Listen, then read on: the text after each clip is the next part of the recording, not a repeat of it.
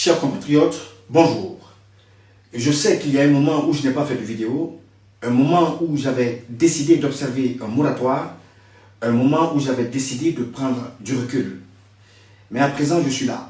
Les opérations vont se poursuivre. Les opérations de dénonciation vont se poursuivre. C'est pourquoi d'ailleurs, je vais partager ici avec vous cette vidéo que beaucoup ont déjà écoutée, mais je me permets de la partager ici, car c'est le même modus operandi qui a été utilisé dans l'enlèvement de mes enfants le 16 novembre 2025 et dans celui du père de Babila Keïta. Chers compatriotes, écoutons ceci. Déjà, il y a 3 véhicules qui sont rentrés à Dinguira à 18h. Il y a les gens qui ont vu les véhicules à partir de 18h. Mais ils ont attendu jusqu'à l'heure de la prière. Quand les gens sont partis pour prier, ils ont profité pour venir. Mais pour la première fois, il y a eu 2 personnes qui sont venues habillées normal, avec des boissons. Ils se sont fait passer pour des amis de mon oncle, juste pour guetter, pour voir il y a combien de personnes à la maison. Oui. Quand ils ont vu qu'il n'y avait que les 2 vieilles là, avec les enfants, les autres étaient déjà à la prière. Ils ont profité maintenant pour revenir. Ils ont fait rentrer un véhicule dans la cour. Ils étaient cagoulés, armés, habillés en noir. Ils sont rentrés maintenant. Ils ont dit à la maman de Tibou de les suivre. Qu'il y a quelqu'un qui l'appelle dehors. Elle a dit non, elle ne bouge pas d'ici. Elle ne sort pas. Après maintenant, ils sont venus la soulever de force. Il y a ma maman, la grande sœur de Tibou qui était dans sa chambre. Ils sont partis aussi dans la chambre, la chercher. Ils l'ont fait sortir de la chambre aussi. Ils ont fait monter dans la voiture. Après, ils sont partis. Alors, qui a encore des doutes sur l'enlèvement de mes enfants? Qui? Après ce qu'on a entendu dans cette vidéo, qui peut avoir le moindre doute sur la façon dont les sbires de Mamadi Doumbouya procèdent pour enlever les citoyens innocents dans notre pays? Qui? Voilà la méthode de ces narcotrafiquants qui ont systématiquement pillé les caisses de l'État et plongé notre pays dans une grave crise de liquidité qui ne dit pas son nom. Vous ne direz pas le contraire, vous les communicants du CNRD. Leur mode opératoire est toujours le même.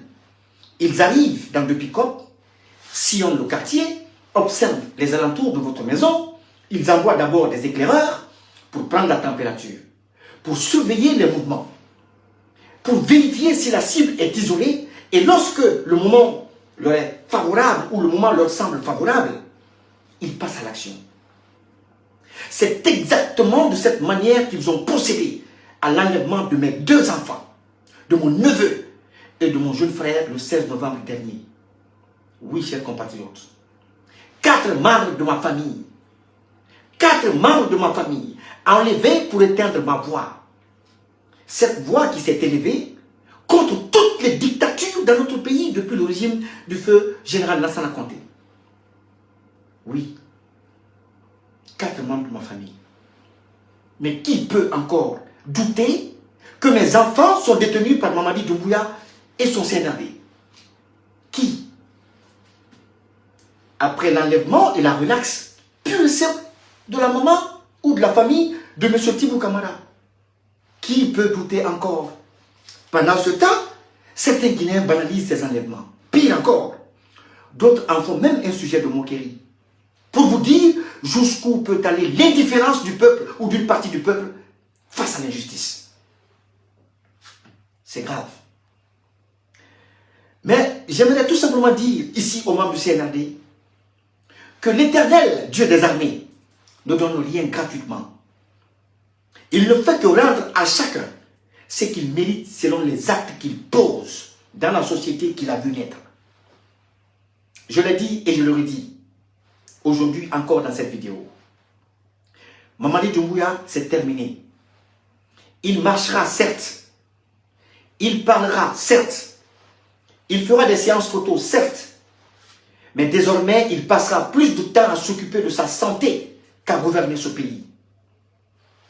Vous pouvez en être sûr, parce que nul ne peut tromper éternellement la justice divine. Nul. Rien qu'en observant cette course effrénée au galon où chacun se précipite pour devenir général, comme s'il s'agissait d'une course à la Fast and Furious, on se rend compte aisément qu'on a affaire à un groupe de soldatesques, un petit groupe de soldatesques sans aucune formation militaire. Des galons distribués sans mérite, sans honneur, sans aucune dignité. Et si Mamadi Doumbouya tente, tant bien que mal, de les maintenir dans une sorte de bourgeoisie, tenez-vous bien, au mépris des hommes de rang et du peuple, c'est tout simplement pour sécuriser son pouvoir. Devenu très faible et très fébrile ces derniers temps à cause de son état de santé, que eux, dont ils connaissent la gravité. Mais tant qu'ils peuvent tirer profit, ils gardent le silence. Cet homme aime tellement le pouvoir qu'il refuse catégoriquement de suivre les conseils de ses médecins, qui lui ont demandé d'aller se reposer. Mais voilà qu'il traîne un fardeau plus lourd à porter aujourd'hui que le pouvoir lui-même.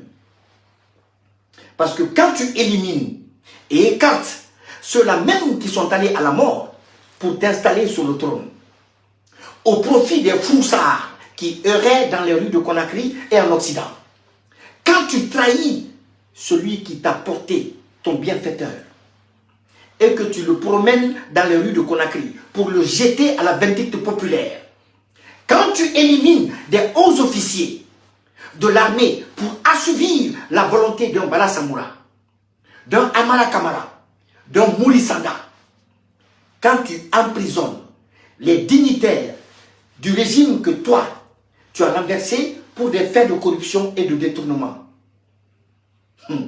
pendant que toi-même, tu détournes les recettes de l'État à ciel ouvert. Je dis bien à ciel ouvert, pour les loger où? Pour les loger au Rwanda, à Singapour. Quand tu enlèves les enfants d'un artiste qui s'est battu contre tous les régimes qui t'ont précédé pour l'instauration d'une justice plus équitable, quand tu enlèves un vieil homme de 75 ans, père d'un journaliste qui n'utilise que sa plume et son verbe pour vous dénoncer, Mamadi, quand tu t'attaques à une vieille dame, une vieille maman de plus de 80 ans, mère d'un ancien ministre, qui vous donne de l'insomnie à travers ses écrits. Que ses écrits, je dis bien, si tu ne payes pas ces dettes-là, toutes ces dettes-là, par la trahison d'un de tes proches, ou par la perte des membres de ta famille, wallahi, billahi, tallahi, tu les payeras par ta santé. Tu les payeras par ta santé. Basitala, Saramama.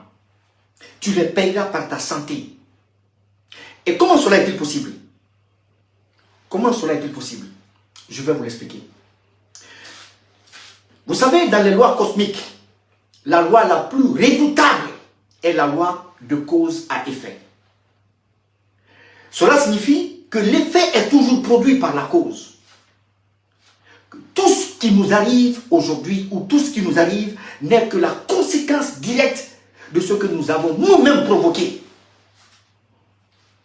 Aujourd'hui, chers compatriotes, Mamadi Doumbouya est en guerre avec la loi du cause à effet. Il n'est même pas en guerre avec les Guinéens. Il est en guerre avec la loi du cause à effet. Laissez-moi vous dire que chaque fois que je prie, je remercie Dieu, chers compatriotes, de m'avoir éloigné de ce cartel civilo-militaire. Dès le moment où il a commencé à violer les principes cardinaux de cette transition. Et je n'avais pas tort, parce que je ne vois pas comment moi, Eli Kamano, moi qui ai combattu les régimes de Conté, de Conté à Alpha, en passant par Dadis, comment pourrais-je expliquer aux Guinéens que je soutiens aujourd'hui ceux que j'ai combattus hier? Comment? C'est quand leur folie a commencé que j'ai décidé de prendre mes distances. Parce que je ne fais pas d'extrapolation entre l'intérêt supérieur de la nation et l'intérêt supérieur d'un individu. Mamadi Doumbouya, Dansa Kourouma et son CNT, Bala Samoura, Amara Kamara, Djiba, Papa Fofana, Moussa Moïse, Mori Kondé, Mori Sanda, Ousmane Gawal, Baouli, tous les autres, vous êtes devenus fous. vous êtes devenus fous.